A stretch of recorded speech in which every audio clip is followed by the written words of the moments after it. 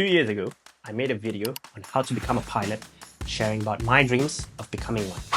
Today, I'm a certified commercial pilot, and the journey of getting there was nothing like what I imagined. Hey friends, welcome back to my channel. My name is James, and in this video, I'm going to be covering about my experience in the past 2 years of me being a cadet pilot in flight school. So this all started when I decided to take a leap of faith to quit my job and actually begin the enrollment process. While doing that, I had to retake my SPM because I didn't actually have enough credits to qualify for the enrollment process.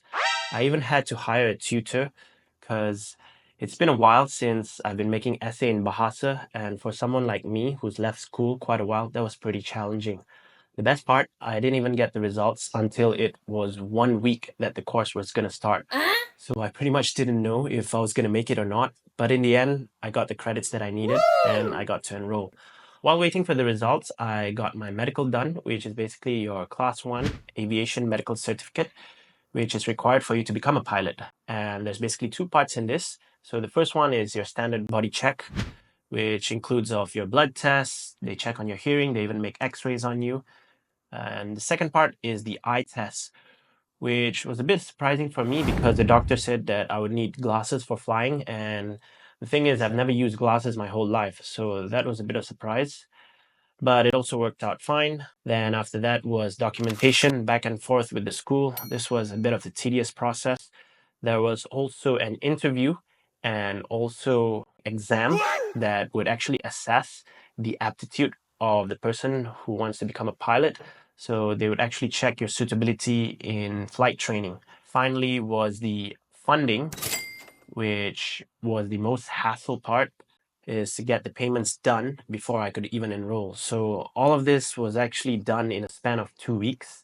So you can imagine the frustration that I had and the relief that I got when it was finally checking in day. Yes!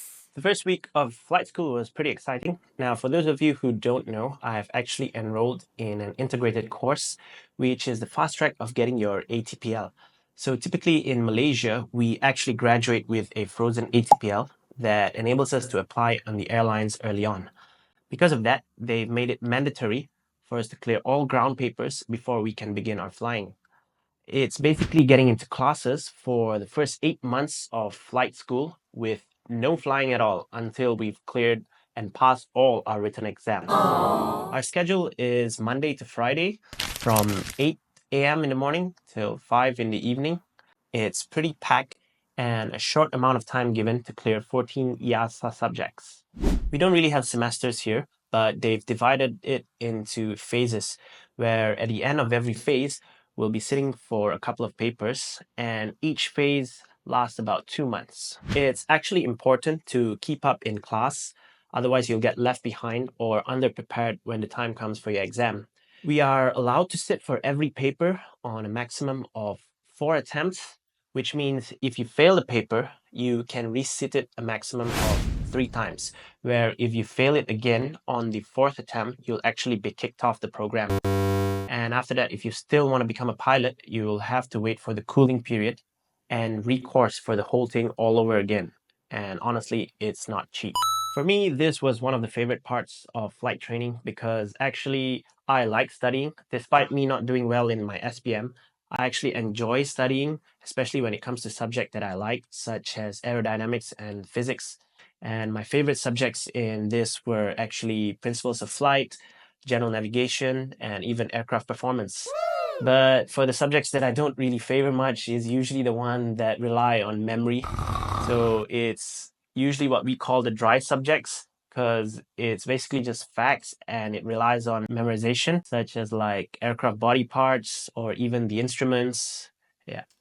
In the end, I did manage to pass all my papers in one attempt with an average of 90% above almost for every paper. So to me, that was the most rewarding, to actually see all your hard work actually pay off.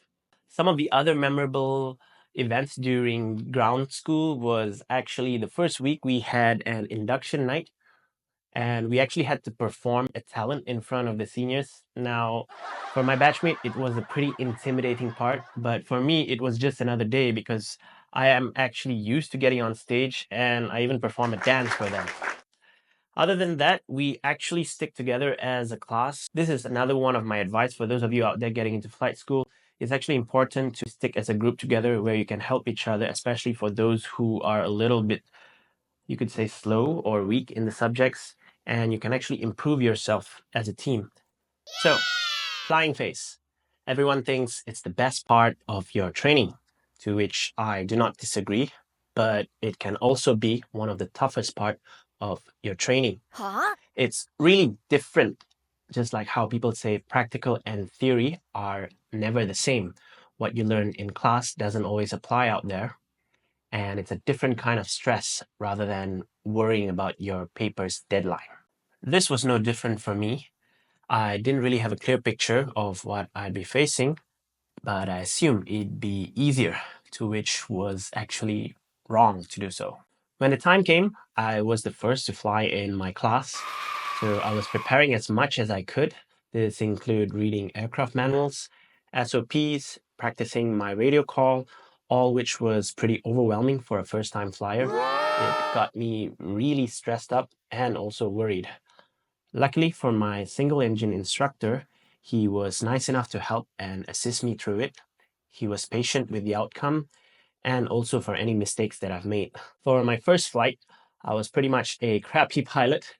More to it, you're expected to know how to navigate, which is know where you're going, communicate, that's with your instructor, and also with the radio, all this while you're flying.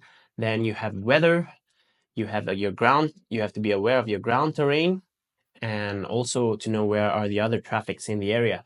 So those all come in your situational awareness. And with all these SOPs and procedures coming in, it's really quite a heavy load for multitasking. The hours allocated to learn all this is pretty tight because you're expected to keep up. Otherwise, you'll have to add on more hours, which will incur more cost in your training. But in terms of skill, really, anyone can just do this.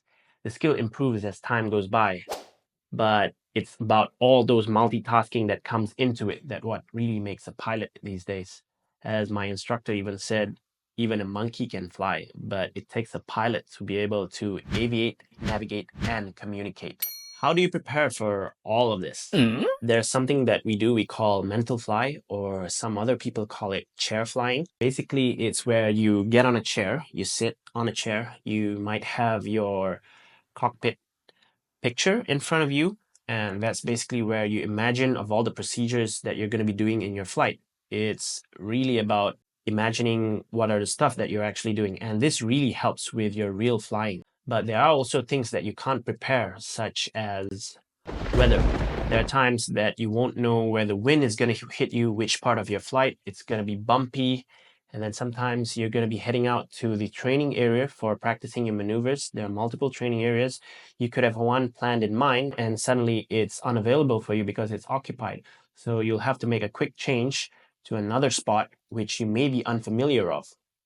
Then also for your radio, it's not always going to be the same reply you get as what you meant to fly. So you're going to be prepared in making those changes and instantly replying. So all of this takes in. There is another factor that helps you either make you or break you, I'd say, is the instructor. The instructor really plays an important role here because just like I said, for my single engine, my instructor was pretty good for me.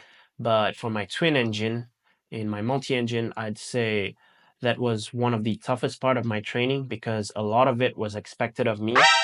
And I would say it's one of my most stressful moment in my life. So yeah, the instructor really plays an important part. So choosing the right instructor or getting the right instructor could really help you. A lot of times, student pilots look forward to their first solo. This is the day you're born as an aviator. Sadly, this wasn't the case for me, as I wasn't able to land prior to my solo flight. I was then transferred to another instructor, and they added some extra hours for me to fix my landing. It was also the first time that I started to get hammered, as it was probably necessary to get me alert. So finally, when I actually landed for the first time, it was a really good feeling, which I think I'll never forget. It actually got me smiling, even though it was under a very intense, stressful situation. And this instructor, he eventually cleared me for my solo flight, but honestly, I felt the rewarding moment was me landing properly for the first time, which makes me to think, I guess, throughout my flying phase, that was what I always felt that was rewarding in this phase, which is always fixing my mistakes and learning from them. Seeing how it's actually done always gets to put a smile on my face, knowing it was a smooth flight with not too many mistakes, as I've learned from the previous flight. During my flying phase, I was called for an interview with my previous airline for a pilot position. It was a pretty good experience, and thankfully I managed to pass through it despite the small bumps during the interview. They told me to get my license first, finish my training, and we'll proceed for the next assessment. It's until now actually that I'm waiting for a reply from them, so who knows. If you want to hear me talk more about this, do let me know in the comment section and I can make another video for this. Finally, this is the advice I would give to aspiring pilots out there and to anyone who is interested to get into flying. So first of all is do your own research, get to know what you're actually getting in, because this is not a cheap course, right? It takes a lot of money. Talk to people, not just Googling on the internet. Find out from people their experience and maybe take an introductory flight to give you the actual feel how it's like to actually fly a plane. You'd have to be someone who loves learning and studying, because this is a lifelong learning career. Studying never stops even when you're in the airline. You're always having exams every year. Another thing I'd say is get used to working with people, getting along with people, because this is a career where it's always two-person in the cockpit. It's never alone. The sooner you get that, the more doors it opens up for you. Finally, don't give up. There will be a lot of hurdles, a lot of sleepless nights. Goodness knows how many times that I actually almost give up. But if this is really for you, don't give up. If you like this video so far and you'd like to get into flying yourself, then maybe you can check out this video here, where it's a step-by-step guide on how to become a pilot. Do let me know what other topics you'd like me to cover, and I'll see you in the next video. Thank you so much for watching. Bye-bye.